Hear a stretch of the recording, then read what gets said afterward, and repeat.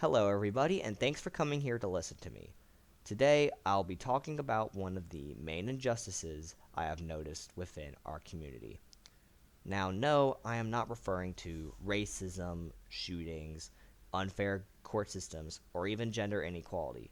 Yes, those are all injustices, but the main one that I am focusing on today is the injustices against religion.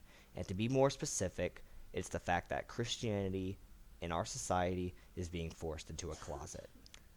Now, yes, I do know that that should be completely impossible. Christianity is one of the biggest, most dominant religions in the world, so there should be no way that people could be forcing them from society, right? Well, the thing is, Christianity has been driven away more than some realize, and I'm about to explain.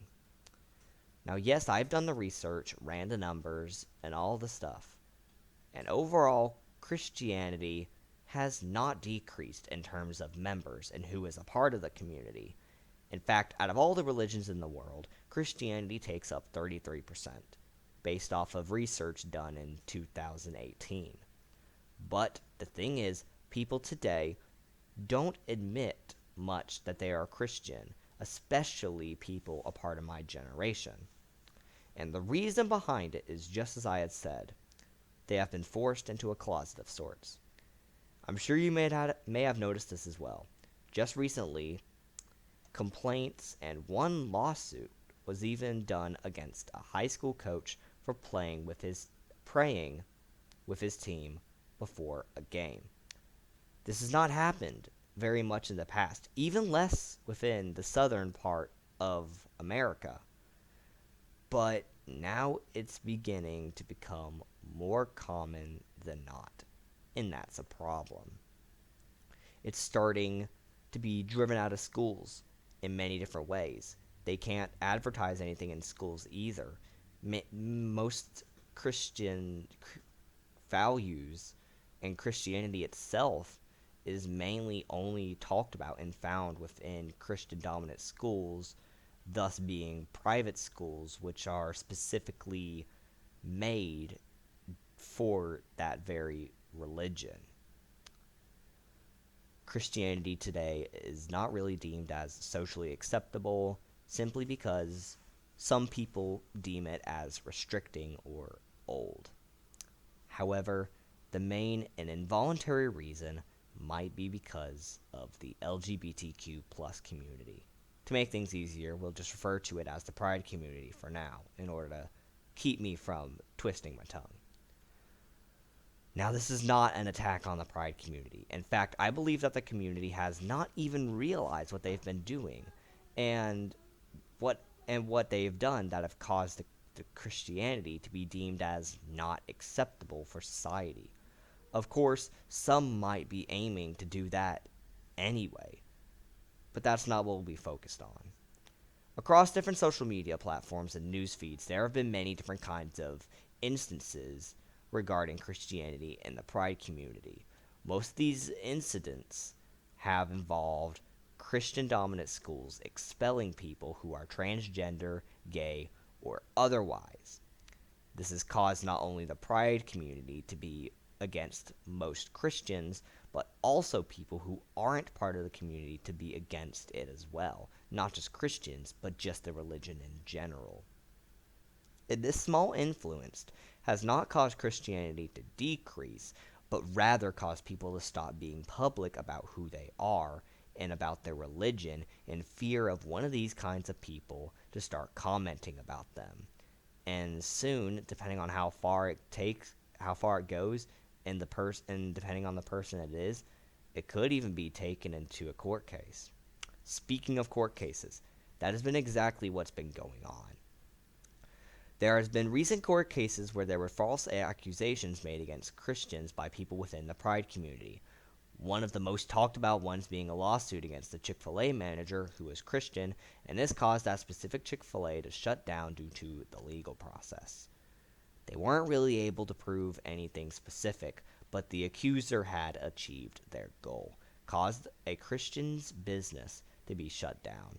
Not the entire Chick-fil-A company, just the one sister location up in Canada. Now, this is all based off of my research and a bit of my own insight, but from here on out, I'll be going based off what I've learned and observed within my own community. I've come to realize that, yes, the Pride community has been oppressed before and is still oppressed now, but the role has been shifted a little. The community has become stronger, increased in members, and now they have gone into the phase of, I quote, justice seeking, end quote. And in that phase, they have started to become more public with who they are. This is not a problem at all. But with this logic in mind, they would have to start speaking out and start pushing against those who they think are their biggest oppressor. And they have stuck the label on Christianity. Yes, there is scripture within Christianity regarding LGBTQ+, or more as an umbrella term, homosexuality, and saying that it's not right and not of God. But the fact is that a person, a Christian, and people within the community themselves can choose how to act on that scripture. And today, what people do is that they act wrongly on that scripture. People within Christianity try to get rid of the Pride community of all cost, and people within the Pride community are trying to fight against Christians. And more on the Christian part of it, this has caused allies of the Pride community, the community themselves, and bystanders to have a single story on all Christians based off of that one scripture within Christianity and based off what's seen on the news. More on a single story, though. A single story is a term used as a bit of a stereotype. However, it is only based off of a single person's experience. Most people in the U.S. hear about war-stricken nations and begin to think that's all that nation is. However, the people within that specific nation still actually manage to flourish, and they don't really need a godsend or hero from America. Yes, the military might, but not the people within the country themselves. This is what has happened with the Pride community. Thanks to the news, all they are able to see are the Christians who have acted out wrongly based on Scripture, and this has caused them to have a single story or a single perspective on all Christians. And thus, they have acted on that single story. Some of it might be indirect, but most of it is beginning to restrict Christians from even talking about their religion within public because it's considered non-accepting or intolerant, while other religions can talk about whatever they want to.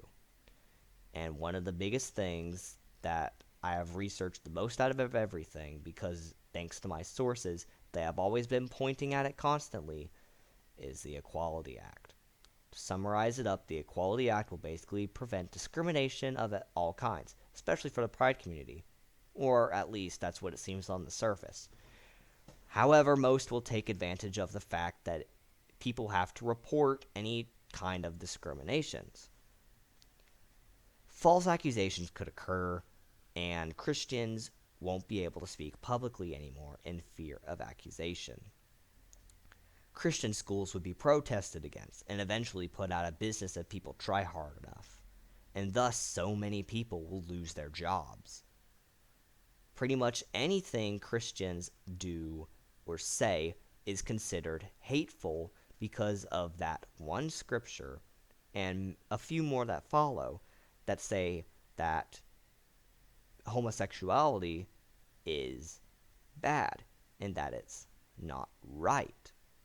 Also, due to the fact that Christians have decided to act, some Christians have decided to act wrongly based off of this and would go out and act on it. Heck, if it goes far enough, even the Bible could be affected by the Equality Act. It could even be banned if things go far enough. Now, after talking about all of this, is there a solution to all the madness? Well, there might. But in order to achieve it, we need to all take a the first simple step, a complete ceasefire.